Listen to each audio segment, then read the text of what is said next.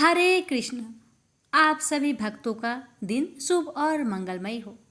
आज आप सुनेंगे जेठ मास की पवित्र श्रीमद् भागवत कथा अध्याय 25। इस अध्याय को श्रद्धा से सुनने से जीवन में वैराग्य जागृत होता है, मृत्यु का भय मिटता है और भगवान श्री हरि की अमृतमयी कथा से आत्मा को शांति प्राप्त होती है। तो आइए भावपूर्ण श्रवण करें उस दिव्य क्षण की कथा जब राजा परीक्षित ने संसार त्याग कर केवल हरि नाम में विलीन होने का संकल्प लिया। भक्तों, सूत जी कहते हैं, राजधानी में पहुंचने पर राजा परीक्षित को अपने उस निंदनीय कर्म के लिए बड़ा पश्चाताप हुआ। वे अत्यंत उदास हो गए और सोचने लगे, मैंने निरपराध एवं अपना तेज छिपाए हुए ब्राह्मण के साथ अन्याय पुरुषों के समान बड़ा नीच व्यवहार किया। यह बड़े खेद की बात है। अवश्य ही उन महात्मा के अपमान के फलस्वरूप शीघ्र से शीघ्र मुझ पर कोई घोर विपत्ति आवेगी। मैं भी ऐसा ही चाहता हूँ, क्योंकि उससे मेरे पाप का प्रायश्चित हो जाएगा और फिर कभी भी ऐसा काम करने का दुस्साहस नहीं करूँगा। ब्राह्मणों की क्रोध अग्नि आज ही मेरे राज्य, सेना और भरे पूरे खजाने को जलाकर खाक कर दे, जिससे फिर कभी मुझ दुष्ट की ब्राह्मण, देवता और गौओं के प्रति ऐसी पाप बुद्धि ना हो। वे इस प्रकार चिंता कर ही रहे थे कि उन्हें मालूम हुआ ऋषि कुमार के श्राप से तक्षक मुझे डसेगा। उन्हें वह धधकती हुई आग के समान तक्षक का डसना बहुत भला मालूम हुआ। उन्होंने सोचा कि बहुत दिनों से मैं संसार में आसक्त हो रहा था, अब शीघ्र ही वैराग्य होने का कारण प्राप्त हो गया। वे इस लोक और परलोक के भोगों को तो पहले ही तुच्छ और त्याज्य समझते थे। अब उनका स्वरूपतः त्याग करके भगवान श्री कृष्ण के चरण कमलों की सेवा को ही सर्वोपरि मानकर आमरण अनशन व्रत लेकर वे गंगा तट पर बैठ गए। गंगा जी का जल भगवान श्री कृष्ण के चरण कमलों का वह पराग लेकर प्रवाहित होता है, जो श्रीमती तुलसी जी की गंध से मिश्रित है। यही कारण है कि वे लोकपालकों के सहित ऊपर नीचे के समस्त लोगों को पवित्र करती है। कौन सा ऐसा मरणासन पुरुष होगा जो उनका सेवन ना करेगा।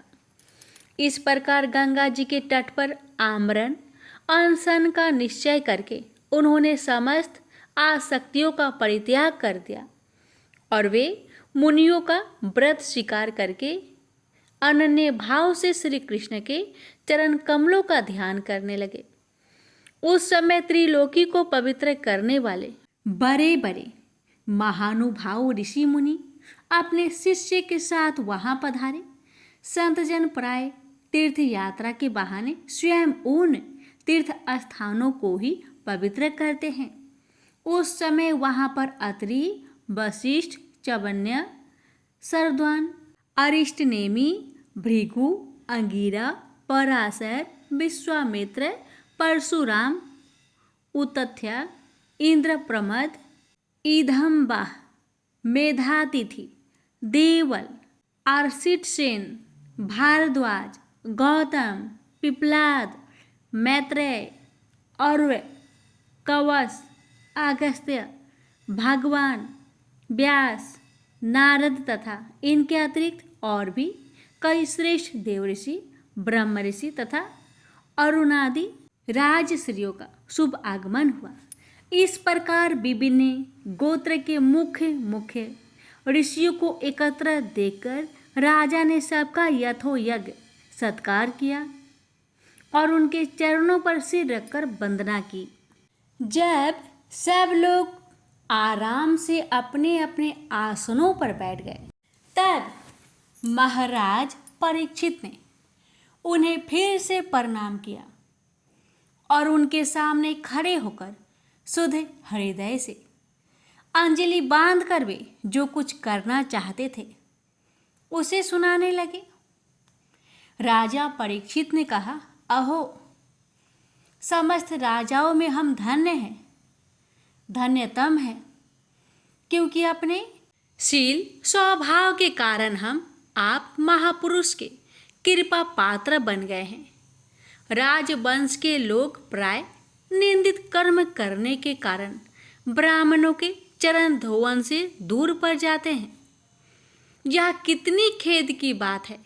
मैं भी राजा ही हूँ।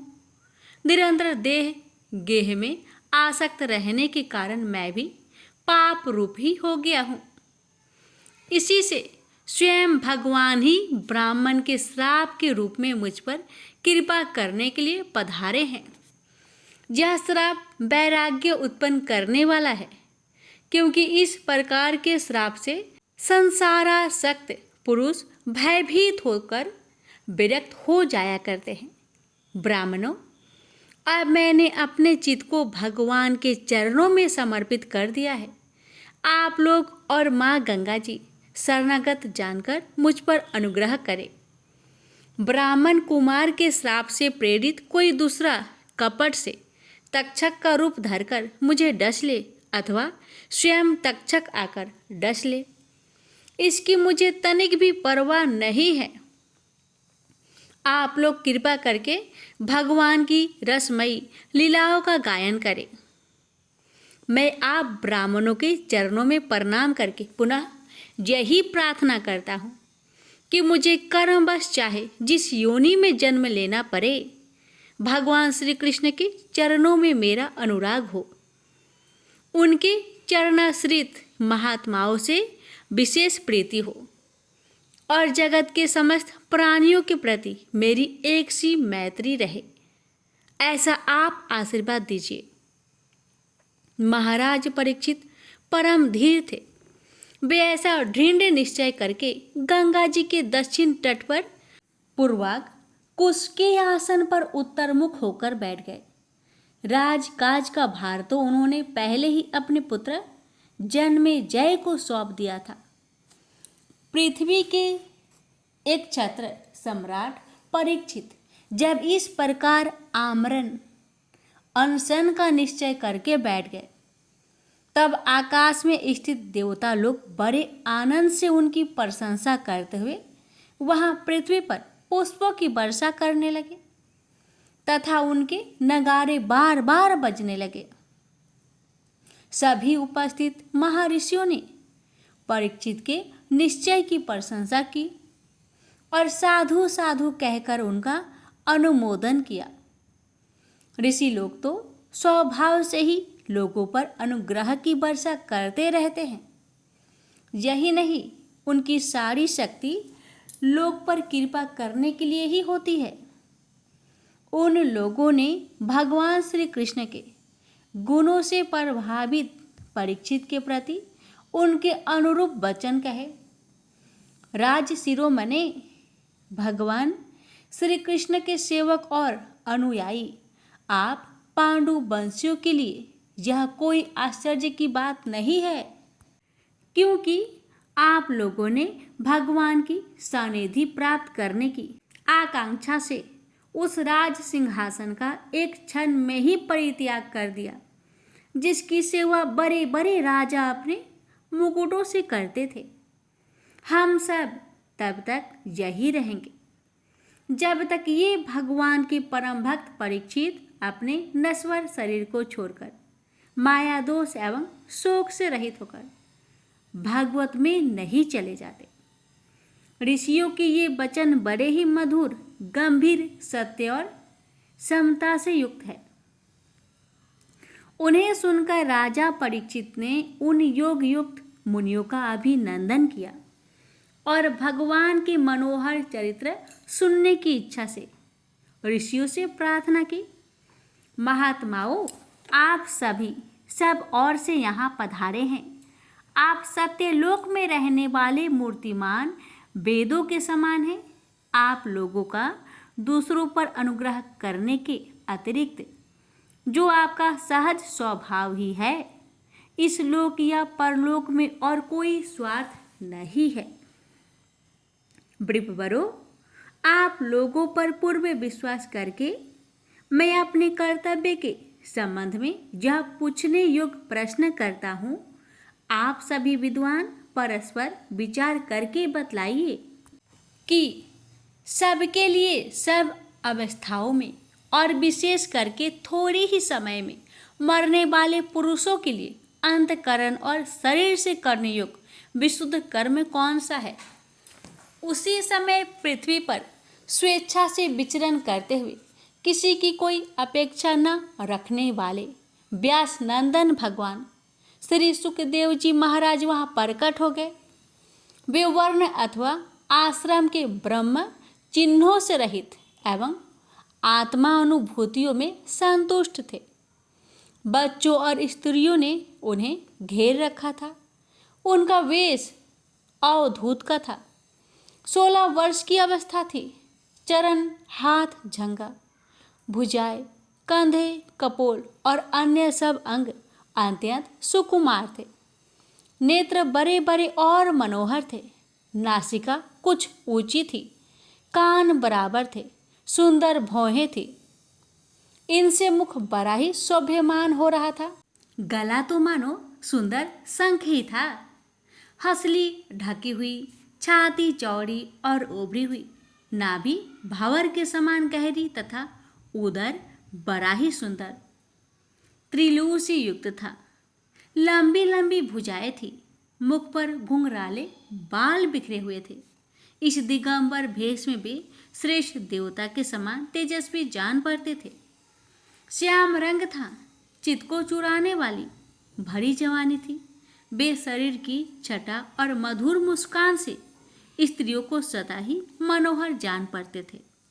यद्यपि उन्होंने अपने तेज को छिपा रखा था, फिर भी उनके लक्षण जानने वाले मुनियों ने उन्हें पहचान लिया और वे सब के सब अपने अपने आसन छोड़कर उनके सम्मान के लिए उठ खड़े हुए। राजा परीक्षित ने अतिथि रूप से पधारे हुए श्री सुखदेव जी को सिर झुकाकर प्रणाम किया और उनकी पूजा की। उनके रूप को न जानने वाले बच्चे और स्त्रियां उनकी यह महिमा देखकर वहां से लौट गए। सबके द्वारा सम्मानित होकर श्री सुखदेव जी श्रेष्ठ आसन पर विराजमान हुए। ग्रह, नक्षत्र और तारों से घिरे हुए चंद्रमा के समान ब्रह्म ऋषि, देव ऋषि और राज ऋषियों के समूह से आवृत श्री सुखदेव जी अत्यंत शोभ्यमान हुए।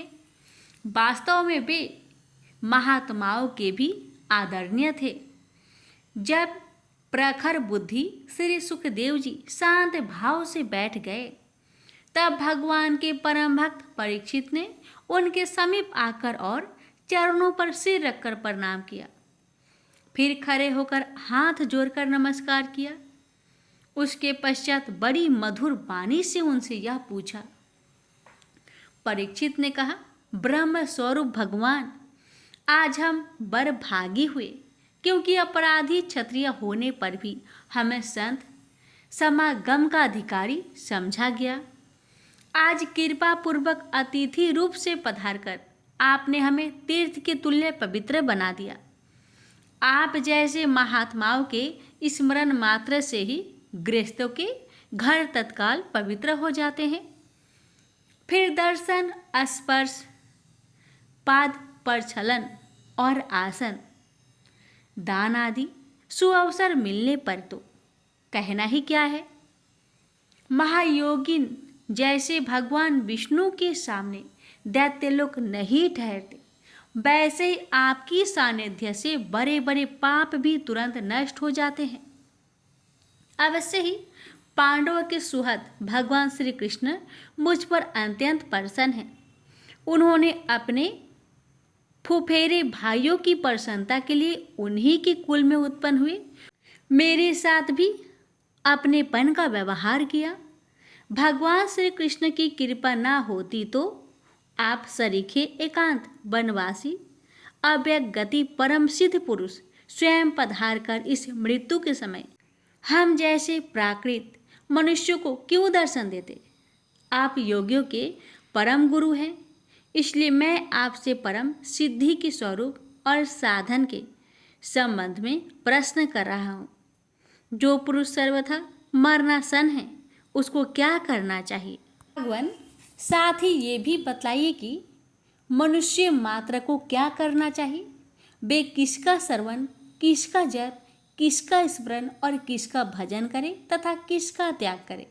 भागवत स्वरूप मुनिवर, आपका दर्शन अत्यंत दुर्लभ है, क्योंकि जितनी देर एक गाय दूही जाती है गृहस्थों के घर पर, उतनी ही देर भी तो आप नहीं ठहरते।